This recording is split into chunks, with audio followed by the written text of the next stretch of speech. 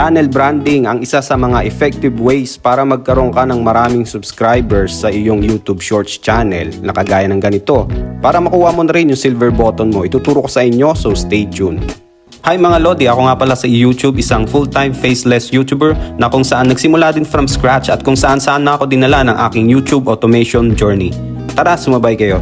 Ang main tool na gagamitin natin dito is ChatGPT. Una, magpa-generate ka ng channel name. Ito yung catchy. Pumili ka na lang dyan. And then second, magpa-generate ka ng profile picture mo. Parehas sa niche ng channel mo. And then click mo lang yung save. Then yung pangatlo, magpa-generate ka na rin ng YouTube banner na may same color theme dun sa profile picture mo. Then pumunta ka ng Canva. Dito natin lalagyan ng text yung banner natin. Add mo lang yung heading tapos sulat mo dyan kahit anong gusto mo. Ito yung sa akin. Then adjust mo lang yung text. Dito ay ilalagay yung sa akin. So, click mo lang yung download. Pag tapos ka na, open YouTube Studio, go to customization, change mo yung banner. Ayan. Tapos piliin mo lang yung in-edit mo, i-adjust mo. Dapat kita yung text. Change mo rin yung profile picture, i-adjust mo rin. Dapat nasa gitna. After nyan, ready to publish na to. Pag okay na sa'yo, click mo lang to. Tapos ito na.